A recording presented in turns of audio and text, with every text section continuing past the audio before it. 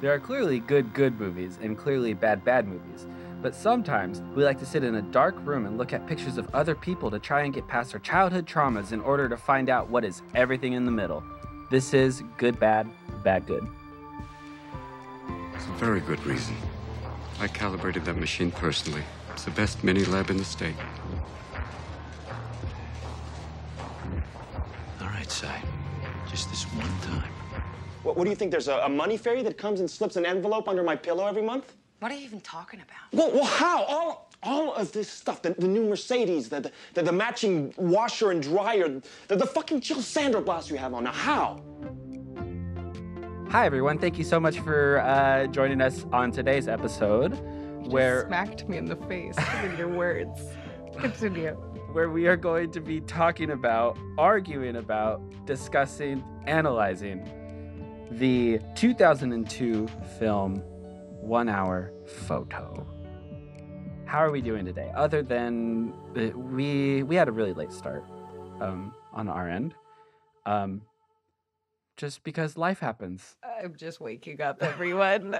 Travis and I live in the same apartment building, and we were supposed to record at 10, and he knocked on the door, and that woke me up.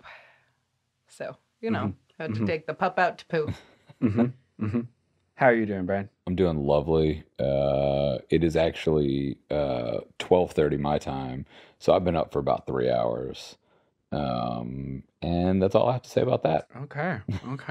I'm a man of few words. All right, before we dive... How are you? What? Oh, yeah, how are you? I feel like we never ask how you're doing, Travis. How are you? We never ask you. No one how ever you asks are, how I'm doing. Or how you are okay. Okay, this coffee's getting kicked All in. I do is ask how other people are doing, and no one ever cares about the host. Always the bridesmaid, never the bride. Always. Wait, but isn't he the bride if he's the host? Oh, I guess that's true. He's just got a lot of self-centered bridesmaids around him. How are you, Travis? I have bridesmaids who wear white for some reason to the wedding. I'm good. I'm fine. I am ready to go on this lovely episode that we are going to have. That's why he never wants to be asked. He just wants to move on Yep. through. Go. That's the producer reminding me. How many episodes can I get out of you two in one sitting? Barely one. That's what I'm always thinking. Barely one. Yeah. Okay, so before we go into our verdicts, let's help the listeners out by giving them a plot synopsis on the film. Hey Google, what is the plot synopsis for the film 1 Hour Photo? Here's the synopsis of 1 Hour Photo. Cy Parrish runs a 1 hour photo developing lab in a small mall. He's a perfectionist about his work and generous to his regular customers, including a typical family headed by Will Yorkin. Over the years, he's seen their family grow through their photographs, but when he sees evidence of Yorkin being unfaithful, coupled with a threat to his position, his already precarious mental state tips over the edge. Wow. Yeah, I was waiting for her to keep going, actually. Wow. I've said this before. Impressed. These synopses? Synopsi? I like synopsi. These summaries of the plot that Google gives keep getting longer and longer. Okay, that's the plot. We don't need to add anything because I was already about 4 paragraphs. How do we feel verdict-wise? Kai? This is... It's a bad, good movie. Okay. Yeah. Brian? Yeah, I think I'm going to agree. I'm okay. I again don't feel super confident in my answer, and maybe I could be swayed, but I'm going bad good. Okay. I will be tasked. I will be the Lone Ranger to try and flip you two into seeing that this is a good bad movie. Okay. What is so funny? This film. Oh. Anyway, the first topic we're going to be discussing is the plot, script, everything that drives the... Where's Brian? So Brian walked away from his computer screen. So when we looked over at him, it was just an empty couch. So that's why we were thoroughly confused as to where Brian was. But yeah, how do we feel about this script and this story that is trying to be told? I'm gonna just long, windy breath. I'm just going to remind all of us and the listeners that the script came out in 2002. Mm-hmm. or this movie came out in 2002. I don't know when the actual script was written. I just want to put that down because I feel like there was a moment in time, the late 90s and the early 2000s, where there was a lot of movies like this that were like, there was like we have to stick to the hour and 30-minute mark, and it's simple, but we're and corny. I don't know what I'm trying to say. I just feel like this time period, I saw a lot of movies that were like this sort of structure. Like it's just not. It's so simple. Nothing. I need more coffee. I thought you were going one way, and What way did you think I? So what way I did you thought- think I was going? I thought your mid sentence. I was like, oh, this is a good thing. We should bring this up. What Kai's talking about, but then you ended up not talking about anything that I was. Yeah. I was going to say this movie was made in 2002, and this does not do a good job at depicting mental health issues. Very That's true. a And I great wanted thing. to jump on that at the start of this episode and mention that this is a terrible depiction of someone with mental health issues. And most people with mental health issues are not violent, like inherently violent or like sadistic in this way. There are a lot of people out there that suffer with mental health issues that seem very normal and like operate very normal. And like I'm sorry if I'm phrasing this wrong, but I'm just trying to point out that it's not a great depiction of someone that is suffering with mental health Right, issues. and it could also be. I mean, he's a strange character, but it could also be just depression and loneliness, which And PTSD. and PTSD. But even just the depression factor is like something that, and honestly, at the time, right, like the 90s was when Prozac became like a thing and spiked. So nothing was being really talked about. It was drugs were just being shoved at it, but no, there was no actual conversation in the popular like pop culture or anything happening about. And I mean, I mental feel like therapy was still very much like stigmatized. It you know? still like, is in a lot of Well, ways. true. Yeah, We 20 years still have a later. ways to go, but like The Sopranos were barely like a thing at this point. Right. Which like I do feel like, and sorry if I've brought this up before, but it is like one of my favorite shows of all time. It was so groundbreaking and seeing like this like Mob boss. Yeah, mob boss. I was trying to figure out how to classify him. Mob boss, like talking about his feelings. Yeah. Yeah. I will also add that I feel like this movie didn't do a good job of a lot of things, not just the way it talked about mental health. But yeah, it was. I mean, I think that that's also a good point you made, Kai, about like the whole 90-minute thing. Like, I think there definitely was a time. Like, now you get movies that are 3 hours, that are 2.5 hours, that are, I mean, some that shouldn't be that long, but are. But like, it kind of felt like the same way in music, you had to have a single was like 2.5 to 3 minutes. There, like the radio version had to be a certain length. Like Right. you had to have a movie fit into like a 90-minute, to 100-minute length in order for it to be palatable by audience. And this is an hour and 36 minutes, so it kind of fits. This is a movie Especially that, as like a Hollywood screenplay. yeah, this I'm glad that you picked up that I was making a point though, because I wasn't sure if I was, but you figured it out. So I'm glad. Thank you Yeah, for bringing this that is back one around. Sorry, and I didn't mean to take away from No, that. no, I no. just I didn't know what the hell I was no, saying. So it's thank fine. you, Brian. This is listen one to that us. felt like We don't know what the hell we're saying. this one I thought could have actually been a little bit longer. It would have benefited from being a little longer, even though Whoa. I'm not sure if I would have wanted to have watched more of it. Whoa. It could have used more backstory or explanation or Right. Like or explanation information. of this person's mental health. This is a as we were first for saying. Brian.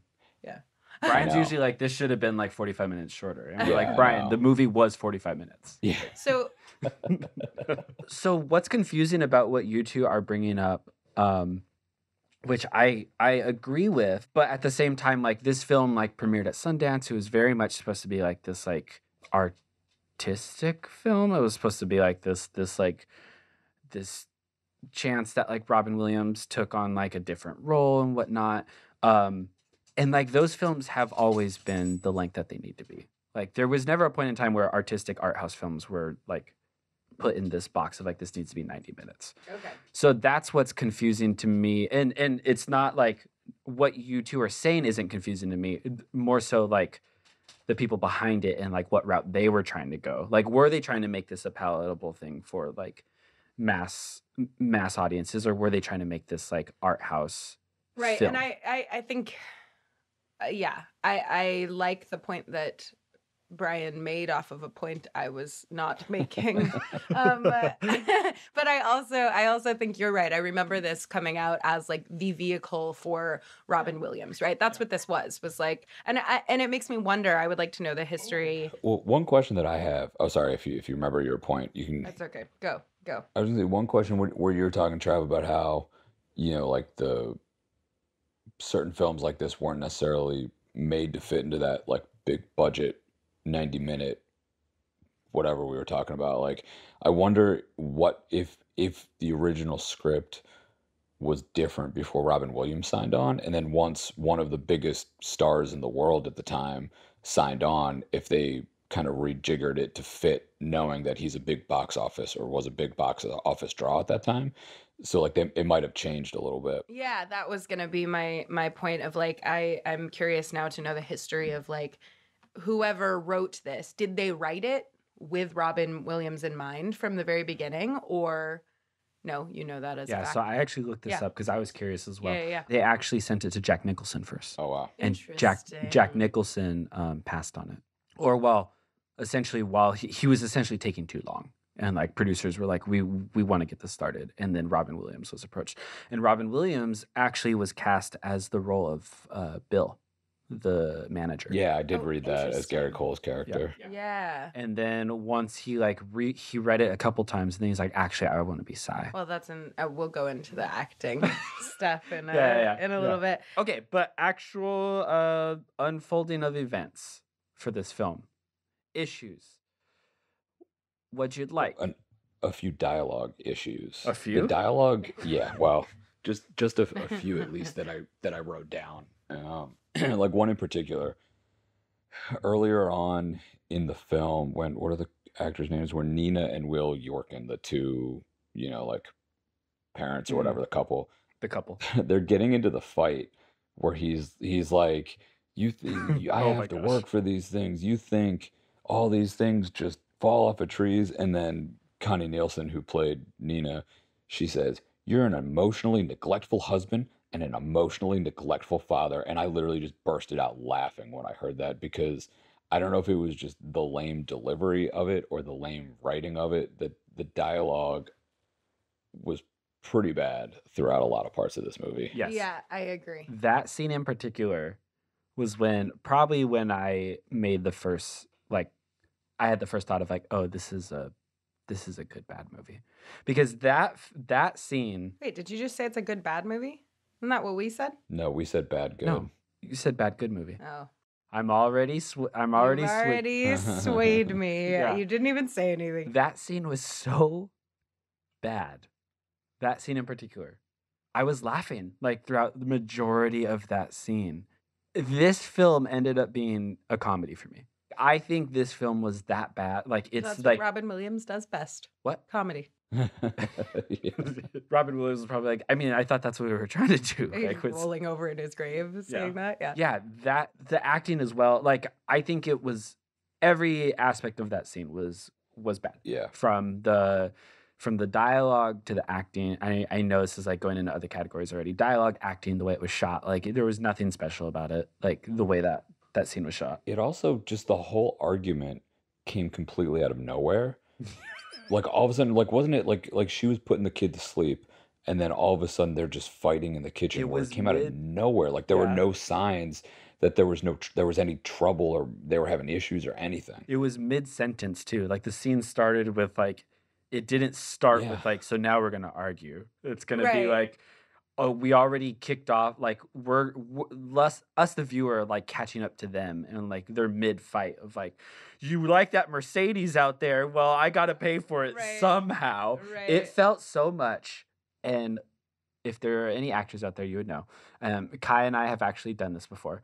It felt so much like two people went to a like one of the little production companies in LA to like have a scene done for the reel. Like Right. not part of a real film, but like Right. there's some people that like will just write scenes for you and try and film it as if it were part of a A film. scene so Yeah. that you can put it on your And reel that's as very real much what it felt material. like. Yeah. I hope Yeah. they put that in their reel after this movie.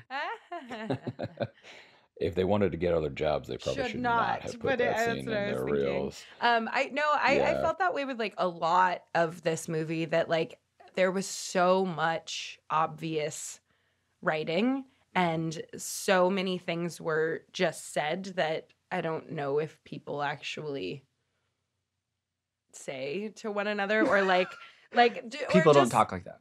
Yeah, people don't talk like that. The scene that specifically stuck out to me as like corny writing, not wonderful acting, was when Robin Williams first sees Connie Nielsen, or he's kind of like followed her into the mall for lunch. Oh yeah. And he's got the Deepak Chopra book, and they have that whole sort of interaction. And actually, I felt like Robin Williams was quite cute in that scene, or like, you know, there was something endearing about his character right there, which was wonderful. But Connie Nielsen and the whole bit about like, wow, you're reading that book too? Like it was some. Yeah, everybody reads books, and it's. I mean, I guess I don't know how popular Deepak Chopra was in 2002, but that is such a like well-known name at this point that it seemed pretty. It was like, wow, you've read the Bible too, like that's how it felt to me, being like, wait, what? And so that whole moment, it was so obvious, like, oh, they connect on a book, Yeah. and now they connect on everything. Yeah. But I do wonder how much with the direction of this, we're supposed to be living in Robin Williams' head or his fantasy. There was some, and I guess this is a technical thing, but there were some ways in which it was shot that made me feel that way, and other ways that absolutely did not. So I was a little confused all the way through of like, are these moments actually happening, or are we watching them as Robin Williams would see them happening? I mean, that would be more plausible to me, that we're almost like seeing the world through his vision yeah. than like a realistic world. Because like I wrote down at one point, I don't really buy that the wife would care that much about Sai. Correct. Like I just yeah. like anything about it it wasn't plausible to me that she would have this much concern for him. And just in general, and I wrote this note before the end of the movie, so there is a scene later that sort of goes against what I wrote, but I wrote that there's not a lot of depth in any of these characters. And what I wrote was even Sai, they don't really inform you of why he's kind of like this or why he chose this family. And then they sort of did kind of allude to it a little bit later after I wrote that note. But Yeah, the monologue. yeah, but like there's no depth to any of these. Like it doesn't make sense that there's not enough of a setup of really anything. Right. Or like how you were pointing out that the argument the husband says to Connie Nielsen's character, you know, I have to pay for all this stuff. And it's like nowhere else in the whole movie do we see or get the sense that this is like a money grubbing wife, like, or a gold digger, or somebody that spends excess amount on things, or Yeah, she like shops at Save Mart. right. There's nowhere else in this movie that like I felt like that comment was justified for us, for the audience to see or know. It was just like, oh, we just need to have them be arguing about something. So here's an obvious thing.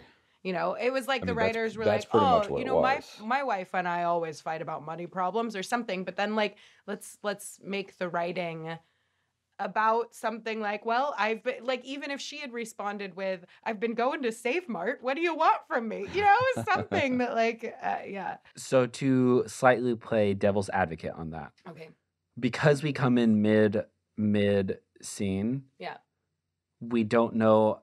I'm assuming she was the one that initiated this argument. Why? Because he was just so defensive. Because she's a woman. No, because she's so defensive and he's cheating on her. Defensive? What do you know? Oh, right. So the money comment I could let slide a little bit because like He's trying to avoid the fact. yeah, that he's an adulterer and he's like trying to keep it hidden still to some extent. So it's like, oh, you're saying that I'm neglectful and like I'm like not present or like I'm not here any of the time.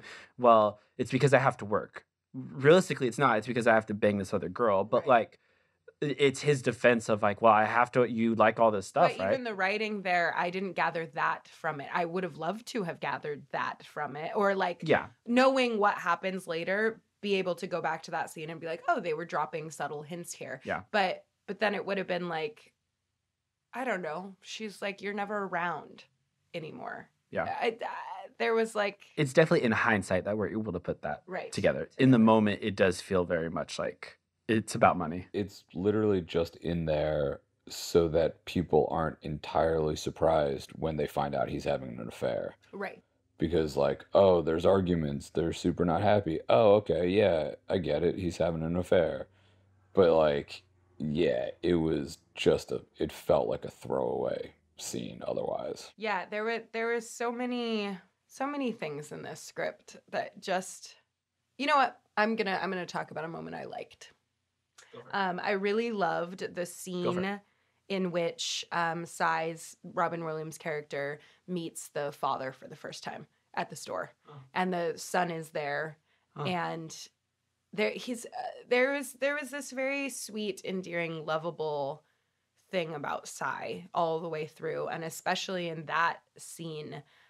Which is really interesting, knowing that this was originally written for Jack Nicholson, because he is not an actor that strikes me as he can be charismatic and gregarious and lovable, but never in a way where you really feel sort of almost sorry for that, where there's some empathy with some pity mixed in, which is like what you get when Robin Williams plays this character. But especially in that scene, there's like some tug at the heartstrings of like, it's the first time when you really kind of go, did Robin Williams want a family and a child? And but he's also so elated to like meet this husband. It's like a celebrity. And the whole scene it's like a celebrity, and the whole scene in the aisle, and he's like, oh, it's not my section, but I'm happy to get someone for you. And I just thought that was played off really well. And I liked the fact that, what is that actor's name? Michael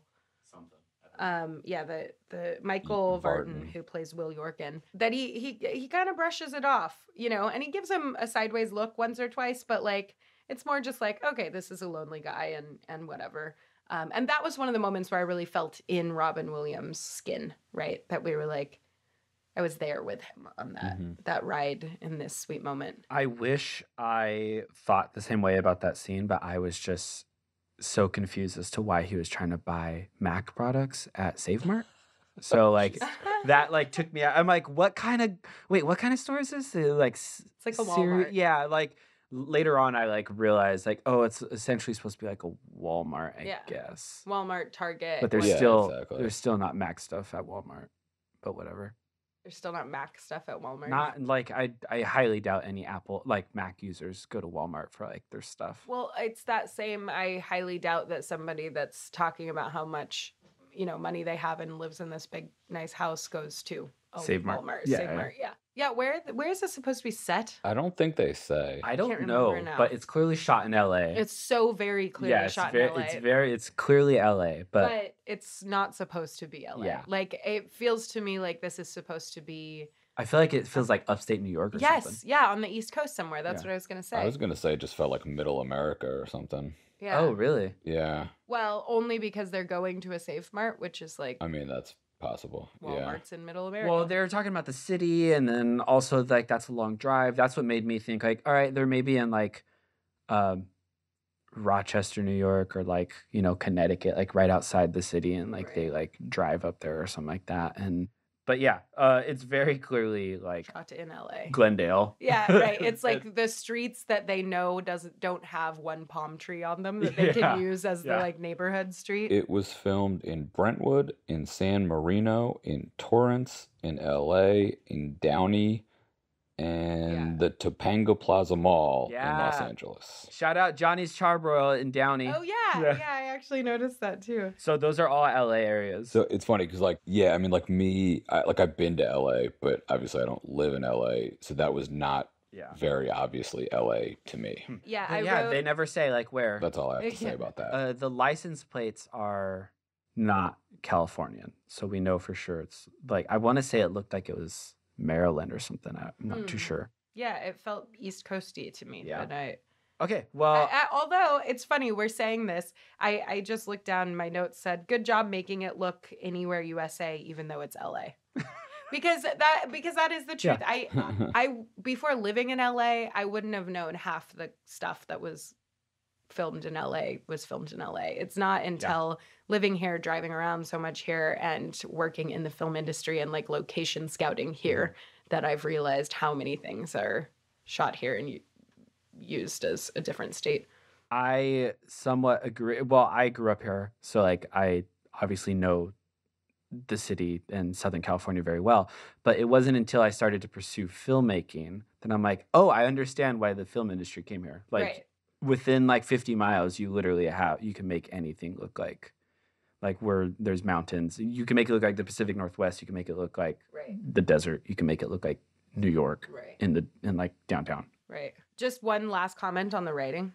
Are we moving on? No, I wasn't. I was going to say we haven't actually talked about like anything that actually happens in the plot. We've only been cherry picking scenes. But how do we feel about like what he does? What like how anything unfolds? Well, I just wrote reads a little Lifetime drama-y was like my main note about like the whole plot is like a little Lifetime drama-y. Like it didn't. There wasn't enough depth throughout any of it that like.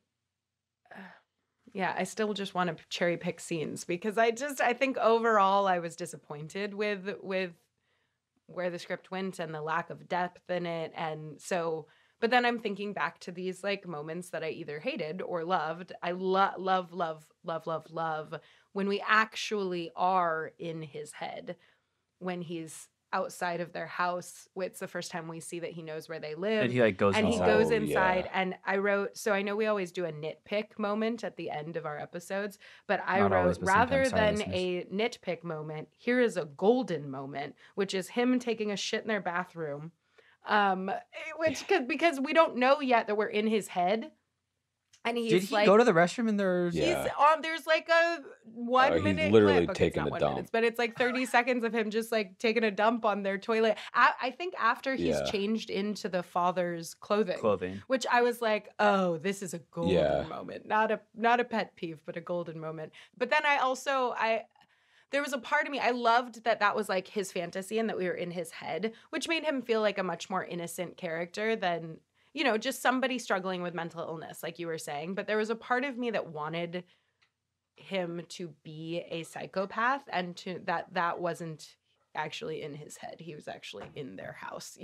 I think I was more intrigued by that idea than when we came out of it and we actually are just in his head. But that also to me is the difference between like if Jack Nicholson had played this character versus Robin Williams playing this character, we feel very differently about this person and their perceived mental health. Yeah.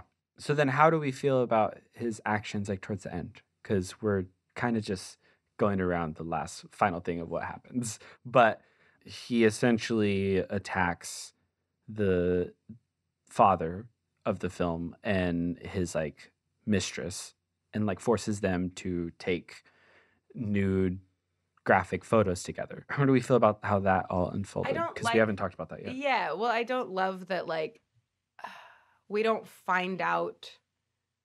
We really don't know anything about this person's history. We don't know Sai's history. We don't know anything about his childhood. It's weaved in at the last kind of moment so that we can then have this ending. But like give us some indication of that in the beginning, especially if we're doing like scenes where we're in his head. You could also maybe do a flashback scene. Not to say that this is a movie at all that needed a flashback scene, because I don't usually love flashback scenes, but anything that like gives us a hint into like, what his childhood was like much earlier on in the film. And then I might understand why he was obsessed with the kid a little bit more. And like I get that they were trying to weave it through, but it felt less than weaved through. And then all of a sudden, we're watching him set up these two people in the sexual scenario. Yeah, I also wanted to know, like, we don't exactly know how old Sai is, but like, was this the first family he ever became obsessed with? Like, does he have a history? Does he have, did his old home have 800 photos of another family taped to the wall? Or what was it about this particular family? That scene you're talking about specifically at the end, the whole thing just kind of creeped me out and weirded me out. But I also had this like unsettled, creepy feeling watching the entire movie. So it wasn't like a new feeling during that In a scene. good way though, Brian, or like you felt like it was the film's intention to make you feel creeped out. Kind of both. Okay. I do think so. But then also like, did they ever share like what was he gonna do with those photos? Like he basically just took a bunch of photos of them, and what was he gonna show it to Connie Nielsen's character? Was he like what was he? They never really said exactly what he was planning to do. I think he was just living with them. Like, they were his family. They were his home. No, sorry, the That's why, photos like, he in took of his- them. No, the photos that he naked took of them in photos. the hotel room. Oh, sorry. Gotcha. I thought you meant the collage of photos for years on end in his house. Oh, no, sorry, yeah. I mean the photos that he took of them in the hotel room. Yeah, that's interesting. He was gonna add them to his collage. Or was he going to show them to Connie Nielsen? Was he going to No, you know, that's what I would have guessed, Yeah. I right? guess, I don't know. I also Well, think no, I mean wait, doesn't if we dig deeper though, we are assuming that the monologue in the end Mhm. was Sai letting us into his past and past traumas. So his dad did this to him. So like he's possibly thinking like I have felt so humiliated by this. Like what's the most humiliating thing that I could think of to do to get back at this guy who's like ruining my family? And it's like to do this, to force them to Well, also the whole movie Mhm. from the beginning, the voiceover is about the true nature of Oh my gosh, ourselves. the narration. It's yeah, I mean he says true nature like 6 times. Probably not, but it felt like he did.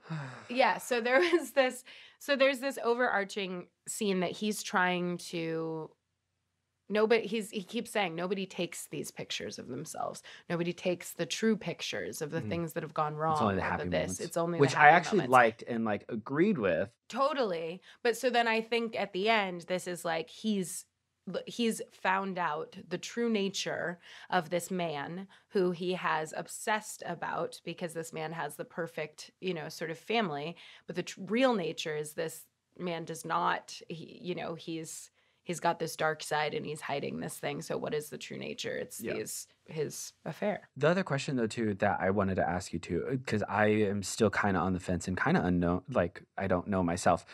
Do we feel like he wanted to be an uncle, or do we feel like it was a romantic attachment that he felt to the woman? Like he wanted to be the dad and be with the wife, like romantically, sexually, or was it just like I just want to be a part of this family? I think it was kind of both. I think it was just the part of this family. That's why they made him as the uncle. What indication in the film though do we have that it's anything other than just the uncle versus the thing that we might all think when you watch somebody watch someone else in this way? I think we tend to go towards this is creepy. And creepy and sexual often go hand in hand. So Yeah. I'm saying, are we Voyeurism just is as usually a right? sexual gratification. Right. But so are we bringing that to the script, or is that actually in the script? Because what I'm saying is I think in the script, Sai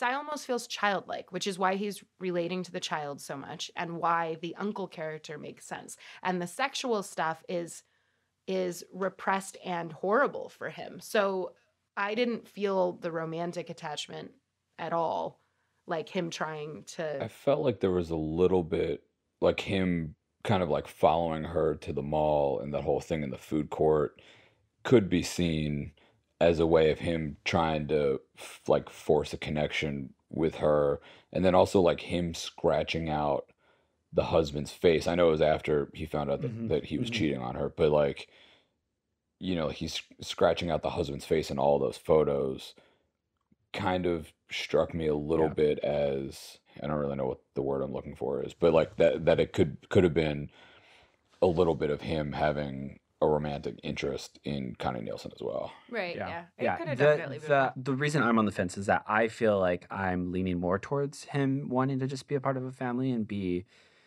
accepted and like seen.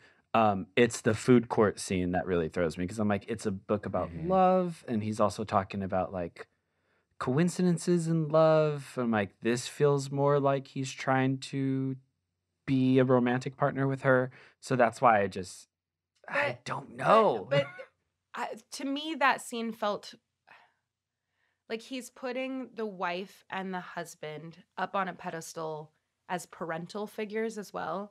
So to me, it almost felt like he wants to be a part of their love, almost as the child, because he didn't experience that love when he was younger. So I didn't feel a romantic thing. I totally Interesting. get how you Yeah. would, and it probably is weaved in there.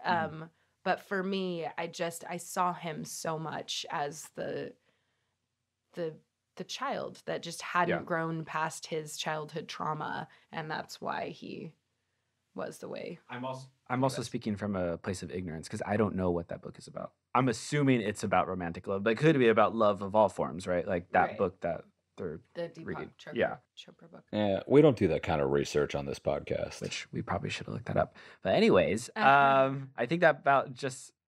Oh wait. Okay. Yeah, we just How do we feel about the final frame of the film, which is like a Kubrick Shining moment where there's like the picture with him with the family, and that's like how the movie ends. And it's like, wait, what? Because it's like they obviously never actually took that picture together. that's another of like, oh, we're inside. Like, I don't think he knows Photoshop. So I'm like, is that it 100% just felt like, oh, this is like The Shining when you see Jack Nicholson in the hotel room, the hotel ballroom. Well, whatever. right. That's another moment where I just felt like we're just sort of in I this don't, person's yeah. head. This whole. So you don't this think is- that picture actually exists? No. Because it's like a tangible, like we see it as like a printout. So that's why it's like, and they didn't set up that it was like from his perspective. That's why it was just so out of place for me that I'm like, Well, yeah, but from his perspective, that's his dreamy imagination. That's his longing. I absolutely Probably. don't think that was maybe I'm real. giving the filmmakers more credit, but I'm just like they don't ground it in anything, so we have no idea if that's a like Sai's in jail right now, so it's not like that picture's in jail with him. It's not like exactly. you know. That's why I would completely disagree with you and say that I actually think the filmmakers like that felt like a choice to me of like obviously this is not. I don't know. I didn't have that thought at all that like this could be. No, it was like this is Sai's imagination. Actually, thinking about it now, because yeah, like I think that photo, I mean, I agree, that's Sai's imagination. So maybe that photo also goes to show more of like the uncle Right, type or thoughts like that he this is had. what it could have been. Yeah. It's like that's how we end the Yeah. movie of like this is all this man wanted and it turned into this. So like here's and because we start the film with the true nature of people versus what they actually take. So Sai's in jail, that's the actual reality Yeah. versus the picture that he wanted it to look like. And then that's what we end on. Deep. And the picture he wanted it to look like was the uncle. Wow. Here's an unrelated Deep stuff. question to that scene that I have. So the reason Sai gets fired is because Gary Cole, and let me quickly say that there might not be a bigger Gary Cole fan than me. I love Gary Cole so much, but I didn't. Yeah. I heard that in your voice when you said that earlier, when you just mentioned his name for the first time. I was like, oh, he loves this man. You're like in this film. Actually, I- Brian, you could No. totally grow up to be Gary Cole. Do you Yeah. see it? No. Yeah, you totally could have been a middle manager at Save Mart. No, wait. Do you actually see Interesting. it? There's some resemblance. I'm holding I up a don't picture know. of Gary Cole right now to your. No. No, he doesn't. I see still it. see the but guy from the Progressive. I was not a big fan of Gary Cole in this, and part of it I think was just he didn't have a lot to work with. Part of it he was also playing like a weaker version of the same character from Office Space. Yeah. But But so the reason he fires Office Sai Space, yeah. is because he realizes that he's been printing out hundreds of extra photos. But here's my question.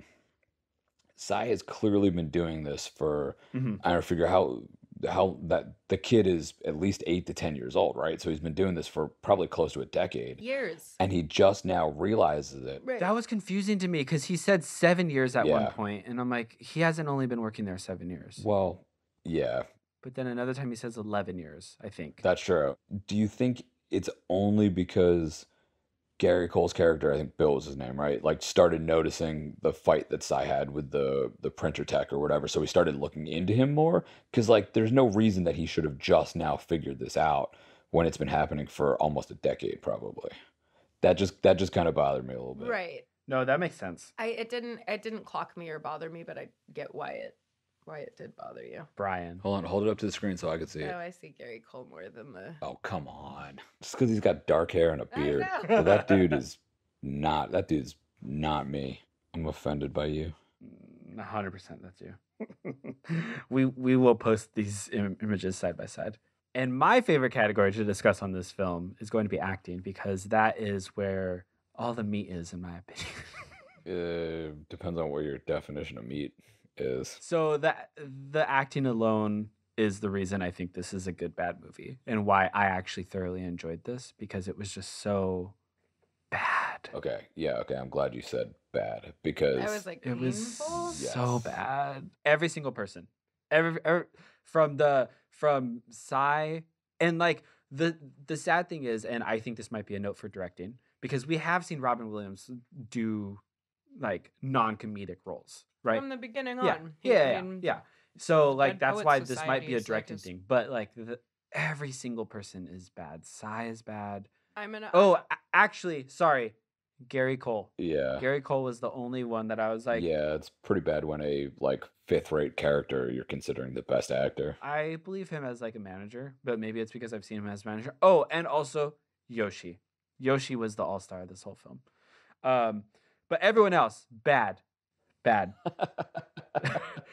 The kid, Psy, Nina, Will, the soccer coach. I don't think he even knows the rules of soccer. I didn't believe that he was like really grilling the kid about his kicking. Yeah, he said good touchdown. Like it he it didn't make sense at all. I would 100% say when it's a whole cast, it's a director thing. Agreed. Yeah. Especially when you have good actors in it, right? Agreed. But this Um, is the acting category, so we will dissect the actors. Well, And their sure. But choices, if Kai. you're saying that it's all of them, then I'm going to stop you and say no. It's a director thing when it's all of them. Like I wrote before, this feels Lifetime melodrama, Yeah. you know, and the acting did, but I think that has to do with the writing that we were talking about a lot. Yeah. Um, This is like Lifetime After Dark, full frontal nudity. Right. And then that's also like when the director and the editor sat down in the editing bay and like, what takes are we going to choose? And the director's going, oh, that one of Connie Nielsen when she goes, you read that book too? Let's use that one. You know, it's like, I'm sure she said that in a normal way, but they didn't choose to use that for the film. So I will say Michael Vartan. Read that book too? It was just such a moment of like, what? Why is this such a shock factor to her? You read a New York Times bestseller too? No one knows this book. No, Michael Vartan was one of those characters one of those actors at this time in Hollywood that like squirreled his way into a lot of movies, and I never really understood why. I don't know who he is. He's Will Yorkin. No. Oh, Yeah. you mean I'm you don't? saying I don't know who he is as an actor. What? I've never seen him in anything. Apparently, it looks like he was on every season of Alias, but I never watched Alias. Oh, you know what I know him from, because I used to watch this movie over and over and over again, is Never Been Kissed with Drew Barrymore. I have never seen that. Ah, I love that movie. Well, actually, I haven't seen it in a long time, but it was a cute rom-com. Having never seen this guy in anything other than this, I would be inclined to say he's just a bad actor. But like you said, I think everybody in this movie was pretty bad. I did write down at one point, my note was, I can't decide if I think Robin Williams' acting is good or bad. Because I do think there were moments where he was good. And then there were a lot of moments where it felt bad, but I couldn't decide if I thought it was bad acting or just he had nothing direction or script wise to work with. I think it was a combination of both. I agree with you. I think You don't sound very confident in your agreement with no, me. I'm kind of You trying know to what? go through I can't even argue. everything that you It's just said just because you're just scientific always fact. just pouring knowledge into this podcast, Brian. So much knowledge.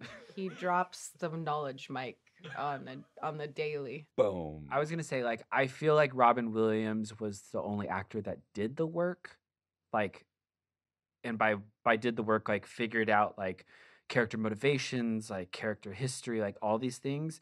I just think it was possibly directed in the wrong Hmm. way. Like the director helped shape that work in the wrong way in terms of like this is what we're going for and whatnot. Yes. But I feel like he was the only character that believed what was going on for that character, if that makes sense. Yes. Kai's about to drop some acting knowledge. When you said that, no. When you said that, I just thought about. I was trying to figure out the whole time, and it just clicked for me. Yeah. What other Robin Williams character Cy reminded me of, exactly. I don't really remember but to a it. lesser degree. And then I went, "Oh my God, Death to Smoochie." Have you guys seen Death to Smoochie I saw with it like Robin when it Williams came and Ed out, Norton? but I don't. Well, it's this again, this like guy that's sort of creepy but very childlike. And there's it's like there was remnants of that character in Psy, but just to a lesser degree, right? A toned down, a muted version of that. I didn't love Robin Williams' performance. I didn't hate Robin Williams' performance. I felt like I just didn't like the script and the writing and what there was to do with it, you know? I do also, I just want to say this. I do understand how this movie got made.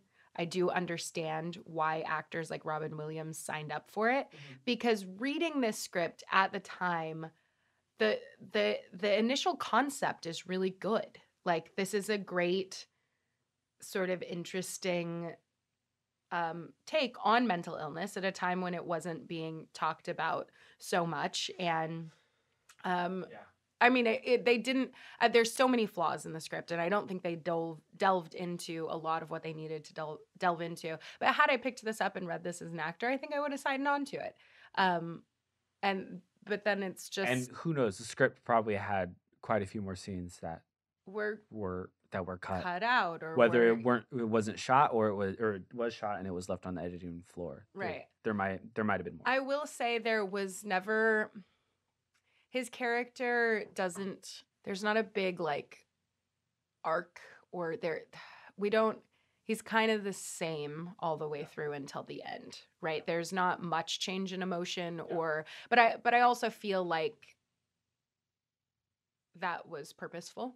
They played it that way because he's sort of this, he's numb, he's Unfortunately, shut off. it was purposeful. Like, right. I do feel like there could have been a bigger gut punch when he like quote unquote snaps, because like essentially he like snaps, right? Like that's the whole whole thing. Also, we see him kind of have a snapping moment at the very beginning with the guy over the ink. Not like a snapping moment, but like he's really pissed about his printer, right? And the fact you're talking that about the guy who comes in to fix the cyan shift. Yes. And so we see right then that he can get angry, right? And so, which is also like, how is he a functional human being then? What do you mean? Like, if he snapped over this, and he's worked at Save Mart for 11 years, you know what I mean? It's like, but I think it also goes to show how intense he takes photography, right? Photography in general too. His obsession with that, which it didn't bother me that he snapped then. Yeah. I'm just saying, if we see him have that snap there, then when he gets fired, I would expect a fucking explosion. Yeah. Right? Or like something else. I guess that's what I was trying to get at. Like, if he snapped over that, Right. over the printer being off, like, printers were literally made by Satan. Like, I'm sure that there are other times in the 11 years that he worked there that the printer like messed up. Right. How did he not destroy Well, that? it's not a mess up. It's just the calibration, which Sure. is not. Yeah. Sure. It was just interesting the way that he leaves. I just this is a plot script thing, but I did love the just little moment where he takes the hunting knife.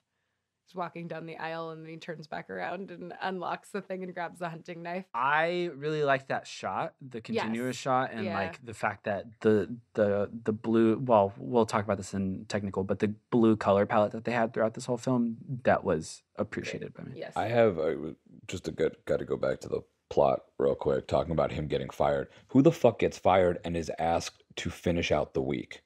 Nobody. When you're fired, you're told to clean out your stuff and leave right then. Some people at Asset TV had to finish out the week. Okay, when they got fired. we're not going to get into that. That's a whole podcast unto itself. But like Gary Cole's like, you're fired. Finish out the week. And so, also, did he just keep his keys because he's walking out for the last time, or do you think he had made a copy on his own? Because I also think he probably made. This man has multiple. Yeah, copies. probably. This man can get into that store and use that printer anytime he damn well. But why would he pleases. have keys for that section? I think he Because might have I've just worked copied at- a master set. There we go. He's diabolical, bro. Then we're thinking that he had this plan from the beginning. Like, it doesn't. No, make I just think he sense. liked having access for whenever he needed it. But It's why? diabolical, bro. There's nothing in this film that I suggests. don't that, think the though. writer actually thought these things through. I did think that the toy was like an eye rolling like foreshadowing to me, because he's like, oh, it's a good guy, and it's like the good guy with like the big sword. I'm like, oh my gosh, he wants to be a good guy, so he's gonna get that ginormous knife. Right. Oh, right. Did Did you that not think little about that? kid ever act in anything again? Because he probably shouldn't have. I would say no, only because his picture on IMDb is still of him as a child. So, yeah, And this he was 20 in- years ago. So he's been in his credits are 5 things from 2002 to 2006, and that was it. So he was in one episode of Gilmore Girls. He was in Pirates of the Caribbean. Pirates of the Caribbean. And then whatever The Stranger is, and then some movie called Reanimated, and that's it. And I feel like it can't be easy being a child actor, but I don't think he was very good, which is why he probably didn't act in much else. Yeah, or who knows, especially with child actors, if they even really wanted to Nope, be acting. nope, he wasn't good enough. Or if it was Nope. like... He wasn't good enough. He was Macaulay Culkin, he is not. I mean, Dylan Smith, I'm so sorry if you're listening to this. Is that the kid's I name? apologize for Brian. Yeah. Dylan Smith is like, yeah. I'm not listening to this. I fucking hate movies. I hate the industry, which is why I got out. I actually don't even watch movies anymore. Movies Yeah. are stupid. Any final thoughts on acting? I feel like we're just I don't- beating a dead horse. Beating a dead I hate horse. Beating beating the dead dead horses. So yeah, my final thoughts on acting though is that I loved it. Like, I loved all of the acting because it was so bad. Like, it legitimately made the film enjoyable for me. Interesting. Because of the bad Yeah. acting. Well, what I was gonna say. Sorry, now my final thought on acting, because you brought this up, What's my name? Brian. Wait, what did you bring up? Dylan? No, I was like. No, what I was going to say is when we were talking about Michael. Pena. What? Pena. Pena. We're not talking about Michael Pena. Different movie. No, Scott. Michael Scott. no. That would have been No, stop enjoyable to it. watch at least. I just had his name, Michael Vartan. When we looked up the rest of the when you were like, I've never actually seen this guy, and we looked up the rest of his movies, they are all rom-coms for the most part, Yeah. right? Other than And Alias, then I guess, yeah. so it's like I'm just gonna blame it all on Michael Vartan. He just brought the rom-comminess into this movie, which made it turn into a melodrama from Lifetime. He brought the bad actorness. Blame all on So him. you think all of his Just scenes joking. with Connie Nielsen like are a Pretty result of him and not necessarily No, like, no, no, she, no. she was doing the best with what he was giving, and he wasn't I was giving. just being an asshole and saying Oh, got he it, brought got it, the got bad, Okay, bad cool. shtick Being an to- asshole, got Yeah, it. yeah. Check. Check. Oh, you were just doing you. Yeah, I got it, understand. got it. Check. Brian, any final thoughts? My last thought My last thought is about Connie Nielsen specifically. I wrote down that her acting is just bad. And it felt very breathy to me. Like everything was like, why? Oh, I No, can't do it because like I'm not you an would do on actor. Lifetime. But it was, yeah, it it was felt very very much like breathy. this is your first film, Yeah. or like this is like I've seen Kai and like our peers act in similar fashion. Like, 10 years ago when everyone was like, when everyone's talking like this. yeah. Well, like it's weird that like there's this acting thing, like, and I think it's a novice thing that like in order to feel emotional, you get like breathy. Your voice has to come down. But she wasn't a novice even 20 years ago. She's been doing this for a long time. It's not like this was her Well, first right. role. Again, that And I goes will back say, to this has got to be a director. yeah, I thing. think so. 'Cause I don't know who she is. Give me some more breath. she's been in Connie. a lot of things. Some more breath. Yeah, she's been in and Wonder I- Woman, which is the only Well, thing she was that in I've probably seen. Gladiator back in the Yeah, day. she's I actually been in I a actually lot of just things. watched her a few days before I watched 1 Hour Photo. She was in that Bob Odenkirk action movie Nobody, where she plays his wife. Yeah, I saw that too, and I didn't realize that was her.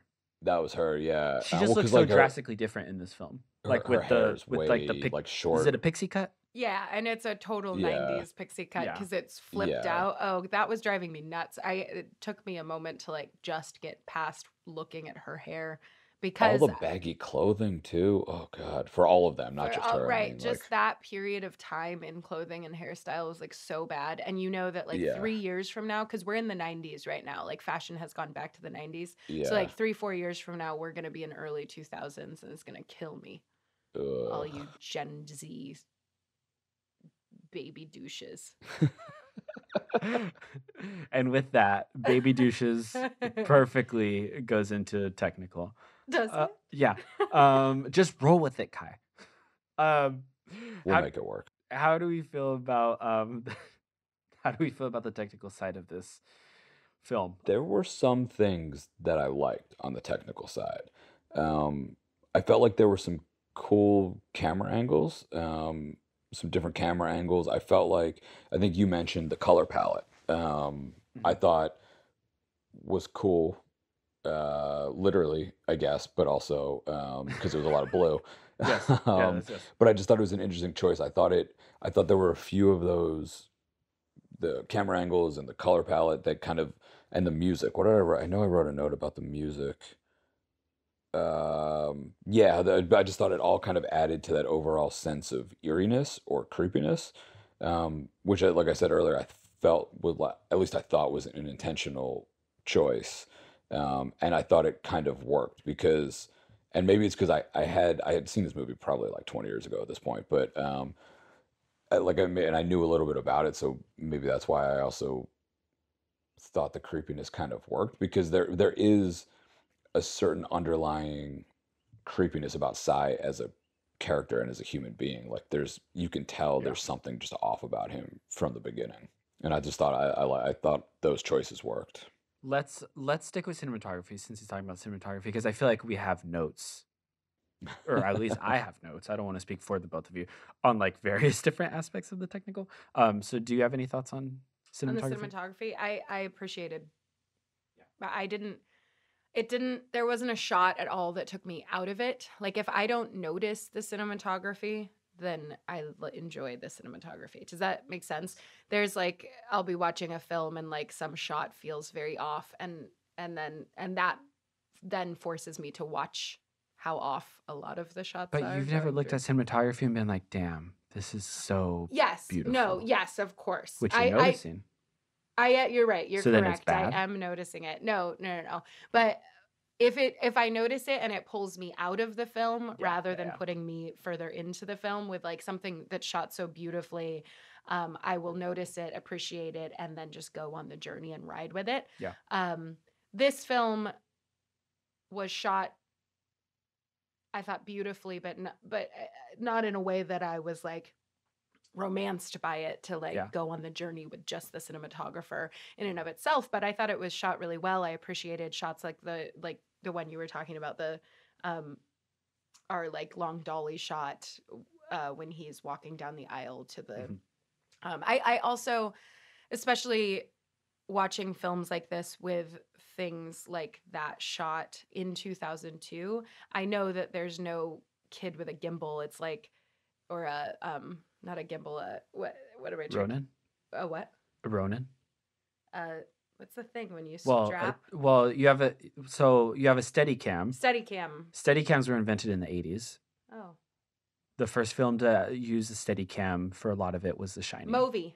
Sorry, a Movi operator. That's where I was going. I was like trying to. Yeah, they did have access to a Steadicam though. Right. But there's no like Movi operator and crew of kids that like kids. I say, like a team running a Movi. Right. It's like everything is put on a dolly. Like for not everything, but like a lot of shots, crane shots, all the stuff that you can now get in so many other ways with just like smaller, easier.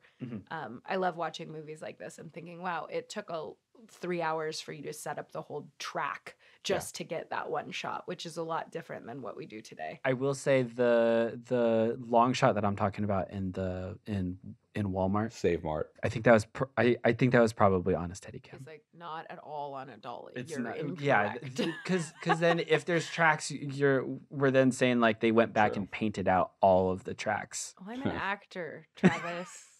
You're correct. That would. It was probably a Steadicam. They probably used a Steadicam for a lot of a lot of the running shots the too. cinematographer Because they're like running down this whole section. So just ignore everything. My biggest thing about said. cinematography in this film is that I think, or it feels as though it's the aspect of the film where it feels like it was crunched for time. Because there were some shots that I thought were like beautiful, like really good. And then other scenes that are just like falling flat. And I'm like, is this the same cinematographer? Like, did they not have a lot of time to shoot this scene? B-team? What? I said, was this B-team? Yeah. Yeah. Was it the B team or whatever? There's this shot where he stops at the bottom of the parking structure, the like spinning thing, and you have this blue color palette with like the lights going across the top that illuminate in like a cone shape. And he stops and he looks up at it, and I just thought that was like one of the best shots in the whole film, where he's looking at this parking structure and he's like beautifully lit. And he's like I know dead actually center. what you're talking about. But there's shots like that where I'm like, oh my gosh, like this is really good. Yeah. And like composed well, which is a directing thing because he probably composed it. But like it's lit beautifully. But then you have like scenes when they're like, you know, in the kitchen having an argument, and I'm like, this just feels so flat and lifeless and lifetimey, which like Lifetime films typically like they're really crunched for time. They're like really small budget. They don't have time to set up and like put craft into like the shots. No offense to anyone out there working on Lifetime films. Like it's more power to you. Yeah. But yeah, it felt so like, and this might be my segue into color as well. I don't know if either of you had notes on the coloring of this film. Actually, this is like right on the edge of when coloring started to happen. Because the first film that was digitally colored was Oh Brother, Where Art Thou, which was 2000. Wait, really? Yeah. I didn't know that. Oh Brother, Where Art Thou was the best movie ever. Was 2000. Okay, so we're 2 years after like essentially the mass adoption of like, not mass adoption, but like digital coloring in post. Oh Brother, Where Art Thou, fun fact, was shot in like the summer when everything was like green. So then in post they digitally altered it to make it all that orange and like make it feel like it's fall. And no film had ever done that before. Interesting. But the coloring of this film, you get like the random scenes that are like really green, and then you get and then like I think we would all agree that majority of the film is like this cool blue. But then you get there's a shot where he's walking to the car and it's like this green tint and it feels like we're in the Matrix. And I'm just like, I don't know if there was like a cohesive thought behind it from the beginning to end on like what the color palette is supposed to be in this film. Or was the digital coloring not as advanced back then? Advanced back then. That like it turned a green tint in this scene but it's the same blue hue we were trying to use. I'm sure that everything back then was like a global change. By global change, that's like when you change the whole frame to be a certain color. You can't like pick just Robin Williams' shirt and change that color. Right. I would assume, I don't know for a fact, but I'm assuming it was probably just like global changes like that. Right. If Tweet you're a at colorist out there, Travis. please let me know. Yeah, exactly. Well, going into sort of what you're talking about, I kept writing sterile. I wrote that word down several times, that like which I really appreciated for this movie, that we're in this guy's head. He's very clean. He's crisp and clean. I absolutely loved that wardrobe dressed him in, like, he's in the same, blue Save On or Save Mart Coat jacket or yeah. thing that everybody else is. But if you look in the background employees and everything, the other employees are like usually wearing khaki pants, but like Sai is in all white, but it's not crisp, clean white. It's this kind of off white. You're talking about just at work, right? Just at work, but then they keep his color palette sort of muted. So then he's wearing khaki and stuff later, but it's like, it's not dark, rich brown khaki. It's almost an offshoot of white. Like, he's very sterile, like everything he wears. And then Save Mart is incredibly sterile, whereas, like, I don't know if you've ever walked into a Walmart, but there's shit thrown everywhere. Right? It's like families and their kids have come in and just destroyed the aisles. And like this was the cleanest Save Mart or like sort of supermarket like that I've ever seen. It was like impeccable. And at first I was like, is that just because like they weren't paying much attention? Then I was like, no, this is a choice. This is a movie where we are, like, it felt perfectly staged and perfectly sterile in a way that tied into the theme of picture perfect, right? What people want you to see versus what the truth actually is. And so, but all those color palettes also matched the coloring of the whole film, is what I'm saying. So I really appreciated that. It's interesting that you bring up costume, because, and this could be a good segue to costume, but I really dislike the costume.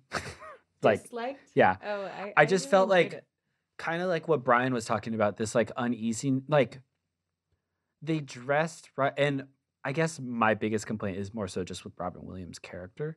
Color palette aside, actual like wardrobe of him, he looks like a creepy white dude. Like, he looks He's like, supposed to. yeah, I know, but it's like from the begin, like, I don't know how we're supposed to build this relationship with him where we care about him if he looks like he has a van full of children already. I did not think You know? it was that extreme whatsoever. I thought this looked like a man because he's wearing like the pleated grandpa pants. Like, he just looks like an right. Yeah, he just exactly. right, Velcro but that shoes. for me is It's like so good. Like, an that older coupled with the direction of his acting, though, together is just like, this dude, kind of like what Brian said, like do we believe that this mom would care so much? It's like, no, they would be like, we're going to a different Save Mart. There's 860 convenient locations across this country. We're going to a different I'm the one. mom that would have been like, oh, this sweet, lonely, older fellow. I mean, I'm not a mom, but I was just gonna say, if you're trying to build, like, it's hard. Like, you had all these things pointing in this direction of like, this dude is a weird, creepy dude, and there was nothing that like pointed him or like helped him into like this like loving, endearing. Like, I'm assuming the director was trying to create a character that we are somewhat sympathetic with or feel for in some way. I agree. And but like, I felt for him and felt like I it felt worked for him me. because of the circumstances, not because of anything that was like I feel for anyone that was like abused as a child and like has to deal with but it. You know what I mean? I feel for from those the reasons. specific wardrobe, like those pants reminded me of my grandfather. So did the Velcro shoes in a non-creepy way, but like a. Oh, see, he just seemed creepy. It like, just felt from like the old outset. style to me, like somebody who hadn't grown up, hadn't changed their style since they were a child.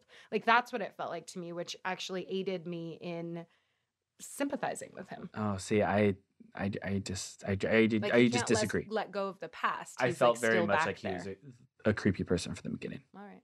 I mean, I'm not saying I didn't feel like he was creepy, but I also felt for him. I guess my point is, like, if I was a parent, I would be like, oh, this dude's a little creepy. We're going to go to a different place.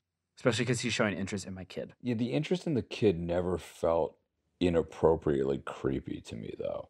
Like he gives him the little disposable No, it camera felt for his unbelievable. birthday, which I felt like was his attempt at like a sweet gesture and not like Well, I guess I had a wanna mother touch you growing up kind that of was thing. like she just raised me to be like, you don't talk to like you don't trust anyone, and like that's very much like if I would be like, what the I 100% think if I was the kid and that was my mom would be like, get the fuck away from me. See, I was raised with like barefoot, naked hippie parents who just handed me off to any random stranger anywhere, being like, "Yeah, just have fun, free love," you know. I So, grew up with so a very mom. different. I No grew up with a boundaries. mom. Shout out, mom. Like you're probably one of the 5 listeners. My mom was very much like if someone like pulls up next to you with a gun and says like get in the car, like you run. All right. Well, my parents would have not said yes, free love, and like go with the man with the gun. No. That was more so painting the picture of like how cynical of a view my mom had Right, for right, right. Of other course. for That outside would things. right. My point being the rest of that sentence was just run and get killed and shot because anything that person is going to do to you is going to be far worse than just dying. Oh, Yeah, super dark. Which is why like trust no one. yeah, no, All 100%. right, And I'm Fox sure Mulder. my mom is sitting there right now clapping. Like cuz she's like, "Yes. Yes." Yes, and he will imprint this Yeah. wisdom onto my grandchildren. Onto hair and makeup. Yeah. His hair was so oh, go Brian. I thought you were joking about hair and makeup transition, but I actually think I'm having the same thought His that hair you was were so about to bad. say. So you You go could first. clearly tell that like they like shaved it and then like Yes. They shaved it, but they left that little Yes. patch in the front. But they clearly shaved like a Yep. C-shaped or a U-shape. like this in his isn't a head. normal Yeah. receding hairline. So like if you're going to do it, at least do it like to where it looks like normal. Yeah. 2, if like what's the goal here? Cuz you have like 10 million other things in this film pointing this direction for him. If he had a normal hairline, Would it matter? he would have been fine. Like we still would have thought he was this creepy dude that wants to be loved. Like we don't need that. And also, why did they have to dye his hair that weird shade of yellow Yeah. blonde? Eminem was huge at the time. Yeah, Yep, that's true. Maybe yep. he was really just Can a you big fan of the imagine? It Eminem just show. cuts to Psy in his apartment. He's like, I am whatever Whatever you say I am. Yeah.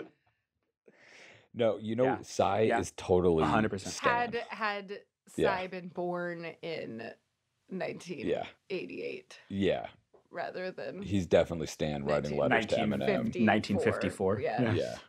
But yeah, no, I had the same thoughts about his hair. Yeah, I definitely had the same thoughts about his hair. It was so obviously just shaved into like a U shape on his head, but they left that one little patch of like a fake comb over type thing. Which is another thing. Like, if we're actually going with like maybe he does do it like that, I would be like, as a mom, I'd be like, what the like what?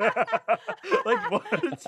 Like why am I seeing like Do you see that man? This dude who Stay shaves- away from him. this dude who shaves a U into his head, like and remembers when I was pregnant? I'm gonna go to a different Safe Mart. Yeah, I did not notice the shaving, but I did notice the dye job because I was like, this is clearly dyed. So do How we could you not? do we Yeah. like believe that Sai dyes his hair? Because it doesn't seem like a character to me that like goes home and box dyes his No. hair or goes to a salon Yeah. to get it professionally dyed. Yeah. I think they just thought that he would look creepier that way. It Or does washes make him look out. Yeah, yeah. overall which is, more like, washed out. part of it. Yeah. Fun fact: he shaved his entire body for this film. Why do you Because know I don't know that? if you've ever seen. I don't know if you want to Google Robin Williams hairy. He body. thought Psy was a No, professional no. swimmer, Uh, actually. Yeah. Maybe, but he's a really hairy man, like Robin Williams. He So is. like, in Was. order to keep the hair from like popping up out of every single spot, he just had to shave his hair. Wow. He shaved his hands. Seems like he could have just been because his hands were. he could have just been a creepy dude with hair. I'm just like. Just because you're hairy doesn't mean you're not No, creepy. but again, it goes with the sterile, like this is the picture perfect, right? He had to be picture everything on him is crisp, clean, picture perfect. Like that's why the hair is the No, color. yeah. that it is, too. I agree with the sterile. Yeah. Also, like his living room. Like if we're moving into now set design, Yeah, right. his living room is very like well. I mean, if not He's got minimal, one piece very- of furniture. Yeah, Yeah. yeah. The scene where the landlord lets the cops into his actual place, and they see the whole wall of pictures. Not one of them was like, "What the fuck?" I just needed that line from Yeah. someone, and I know that's not a. Yeah. But just bouncing into the set design and house, I was just like, "This is insane!" Like, Yeah. I need one of you to say something, please. Yeah. Or like the property manager be like, I had no No idea. idea, He right? was like, Yeah, right. he's a quiet dude, kept to himself. Right, like, right. But everyone's just like, yeah, open up the curtains. Right. Yeah, you're like, Let's see more of this. Yeah. Oh man. Okay. Any other final thoughts on technical? We covered more than we usually do. We did the score. The score. From the beginning of the film. It's really creepy. Like, you also have a score that's Yes. like pushing in this direction of like, this is a creepy dude. And it was really good though. Like the score I really liked Yeah. the score as was well. really Yeah, good. yeah, Yeah. yeah. I thought it worked. Well, especially the score underneath him, his voiceovers talking about how people want to see themselves. Yeah. All right, I'm going to transition since that was the like final note. I'm just going to transition to tell you, I still think that this is a bad, good movie because I totally see why this movie went to Sundance and got recognized the way that it did. Yeah, because Robin Williams was in it. Well, right, but also Let's be real, it's Sundance, Kai. yeah, okay, Come on. yes. It had so much potential and it had so much it was interesting. It was unique. Like I absolutely love as a writer and as an actor really delving into the life of some character. Like a guy that works in a photo shop. Who is the guy that works in the photo shop? Who is the mailman? Who is, especially people that do jobs for years and years and years on end, and it's the same monotonous thing. You They're have all to have creepy. a certain character trait for that. So I love like choosing that aspect and then going, and so what is it that this guy loves about photos, and like really delving into that. So I appreciated what this movie wanted to be. Which is why I think it's like, and there's so many aspects of it that I really did enjoy. But overall, when I watched it, I went, no, which is why it's a bad, good movie to me. Yeah. I since we're moving into whether we change our mind, I have not changed our mind because I will rewatch this movie if I ever want a good laugh. Like I legit and like I just legitimately think it's almost like it's not almost to the Room territory, right? But like I got in Not at all. Almost obviously, to the Room obviously territory. no, I know, but I'm saying in terms of like we watch The Room because it's funny to us type thing. I would watch this because I thoroughly enjoyed how much I laughed in this movie. So much snark. I did want to say one final thing, kind of going back to technical. There's I saw this on IMDb. Trent Reznor was actually supposed to do the score for this. I saw that, yeah. And he did the score, and then the director was like, "This doesn't fit the film," so then he threw it out and then he essentially Trent Reznor took all the work he did on the film and turned it into like their next album. I also wanted to point out a film that does this, essentially tries to do this thing, but like what this film is trying to accomplish, but does it a lot better, is 1960s Mike Powell's Peeping Tom. Does the same, like very similar. Peeping Tom is about a guy who is in love with cinematography and film, and he always wants to like watch people and film them, mainly women. But it's a really, really good movie. He's actually a serial killer though. So like there's no like middle ground of like, is this guy creepy or not? He's creepy. Brian? I've been on the fence this entire however long we've been talking now about switching back and forth between my initial bad good going to a good bad. And for a long time, I felt like I was going to make the switch and go with good bad. But I'm sticking with bad good. Because there are some technical things that I thought were pretty good. But it's still a bad movie because the acting is bad and the script is not great. But I didn't hate it. I'm very conflicted with this one, but I'm sticking with bad good. This is a I tough love one that for me. as the season has progressed, the suspense of our podcast is if Brian's going to change his mind or not. That's why people tune in to see if Brian will Yeah. finally That is change true. his mind. I'm excited when we actually That's like true. release these because we are not yet.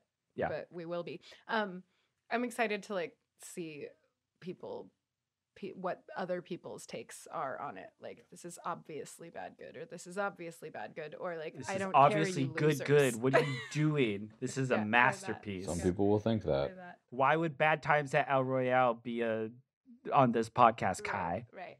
Why would Waterworld be on this podcast? That is actually a great question. Those lost episodes are for our Patreons if they want to Yeah. pay to hear those. Oh right. Oh, that one didn't. Right, we didn't make the cut on that one. We did Waterworld, guys. Well, we decided to which- record it with a fan hitting us, so Right. But I will say I'm glad it didn't make it to the podcast because Waterworld is like the best yeah. movie ever. So you guys fucked up. Oh, we messed up. Not the guy who didn't record a whole episode when we recorded Jeepers Creepers. Excuse me. I got nothing. All right. Well, thank you for tuning in today on this episode of Good, Bad, Bad, Good, where we discussed a 1 hour photo. This actually was a lot more discussion than I thought was going to happen for this film. This might have been the most serious episode. There was not as much joking. Yeah. We take our job seriously, and we hope that makes you want to tune back in next week. Yeah, we were only 35 minutes late. I was sleeping. She was literally sleeping on the job. Yeah. If you want to reach out to us and talk to us about film history or how you feel about this film, you could find us on all social media platforms at goodbad_badgood. You could find me on all social media platforms at travis.orozco. You could find Kai at Kylena Mai on Instagram. and Brian at Gossip on the grams. Until next time when we watch a movie about... Feet of the piglets. I had a really good What? one. And I you forgot. were looking at me like you needed me to say something, and Feet of the Piglets came out. No, it was definitely a glitch in the Matrix, and I completely forgot the one that I came up with. Because I Podcasters who start recording on time. I do want to... Podcasters who start recording on time. I think we should end it there. Yeah. I do want to... And I don't know what random came out of my things mouth. I'm now saying that. I'm to- repeating that in my head. Feet of the Piglets? What is that? That's weird, Kai. You should be a psychopath who works in a 1 hour Photoshop. Okay, let's end this podcast here. Yeah, until next time, on the next episode where we watch a movie about zombie cheerleaders who kill the football team in revenge. Hey, there we go. I would watch that actually. I'd watch that. Good, Bad, Bad, Good is an Ex Nihilo production. Original theme music and sound engineering done by Jen Star Hacker. Find her at hackersoundmusic.com. Opinions expressed are solely that of the speaker and do not necessarily reflect the views of any entity they represent.